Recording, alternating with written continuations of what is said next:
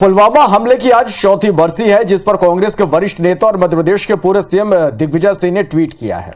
उन्होंने हमले में शहीद हुए 40 सीआरपीएफ जवानों को श्रद्धांजलि दी। साथ ही लिखा कि ये जवान खुफिया तंत्र की विफलता की वजह से शहीद हुए थे। खुफिया तंत्र नाकाम रही। साथ ही लिखा कि उन्हें उम्मीद है कि सभी शहीद परिवारों का सही पुनर्वास होगा। तो पुलवामा हमले की आज चौथी बरसी है, जिस पर कांग्रेस के वरिष्ठ नेता और मध्य प्रदेश के पूर्व सीएम दिग्विजय सिंह ने ट्वीट किया है और उन्होंने हमले में शहीद हुए 40 सीआरपीएफ जवानों को श्रद्धांजलि दी। साथ ही लिखा कि ये जवान खुफिया तंत्र की विफलता की वजह से शहीद हुए हैं।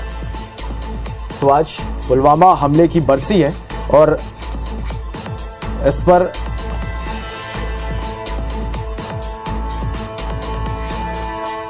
हम बात करेंगे। हमारे साथ कांग्रेस प्रवक्ता स्वदेश शर्मा जी हमारे साथ फोन लाइन पर जुड़ गए। स्वदेश जी, आज पुलवामा हमले की बरसी और इस बीच दिग्विजय सिंह ने एक ट्वीट उन्होंने किया और कई सवाल भी इस दौरान उठाए।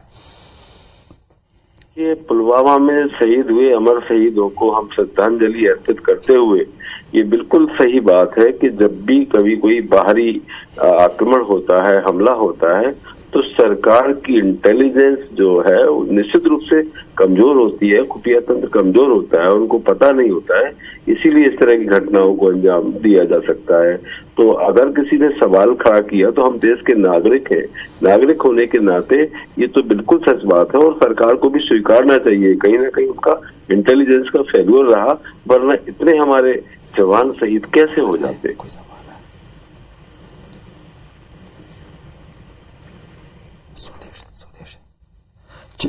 चलिए स्वदेश जी, इससे पहले भी इस तरह के ट्वीट सामने आया और जिस तरह से ये पूरा हमला हुआ इस पे लगातार सवाल भी उठाते रहे। इसकी जांच को लेकर या फिर किस वजह से हमला हुआ ये अब तक तो स्पष्ट नहीं हो पाया, क्या मांग करेंगे इस पर? देखिए, ये तो पूरा देशवासी मांग करेगा कि जो जवान शहीद हुए हैं उन जवानों के परिवारों से पूछिए उन पर क्या गुजरी होगी और आज भी वो किस सदमे में होंगे। आज उनका शहीद का दिवस है और इस दिवस पर मैं राजनीति की बात तो बिल्कुल नहीं करूंगा। हाँ, ये बात बिल्कुल सच है कि हमारे अमर शहीद, एक भी जवान अगर शहीद होता है निश्चित रूप से हृदय तार तार हो जाता है, क्योंकि हम ग्वालियर चंबल से आते हैं। हमारे क्षेत्र में लड़के सेना में भर्ती होने के लिए दिन रात मेहनत करते हैं और वो ये सोच के चलते हैं कि हम अपने प्राण हथेली पर रखकर जा रहे हैं, देश की रक्षा के लिए जा रहे हैं। वहाँ पेट भरने या रोजी रोटी का सवाल नहीं होता है, वहाँ देश के लिए मर मिटने का जज्बा होता है। जिस तरह से इनकी जो अग्निवीर योजना था ना। जी स्वदेश जी, मैं आपके पास आऊंगा। हमारे साथ बीजेपी प्रवक्ता रजनीश अग्रवाल जी भी इस वक्त फोन लाइन पर जुड़ गए हैं। रजनीश जी, आज पुलवामा हमले पर दिग्विजय सिंह ने एक ट्वीट किया और उन्होंने फिर से सवाल उठाए इस पूरे हमले पर। देखिए, दिग्विजय सिंह जी के इस प्रकार के ट्वीट, इस प्रकार के बयान के साथ में उनकी पार्टी भी नहीं है। पार्टी में अगर हिम्मत है तो इनके बयान को ऑन करे। राहुल गांधी जी ने जम्मू कश्मीर में जब वो थे तो उस समय कन्नी काट ली। उनके जो जयराम रमेश जी मीडिया विभाग के चेयरमैन हैं, उन्होंने कन्नी काट ली और अपना पार्टी का अलग मत बताया। दरअसल इन्होंने छुट्टा छोड़ रखा है दिग्विजय सिंह जी को इस प्रकार की बयानबाजी करने के लिए। ये दिग्विजय सिंह जी को अपना पदाधिकारी भी बना के रखना चाहते हैं, जिम्मेदारी भी देना चाहते हैं, इस प्रकार के बयान भी उनको देना चाहते हैं और उनका व्यक्तिगत बयान बता देते हैं। इस प्रकार के पूरे मामलों में ये केवल और केवल सेना पर सवाल खड़ा करना इनका सगल बन चुका है। सेना को संदिग्ध बनाना इनको सगल बन चुका है।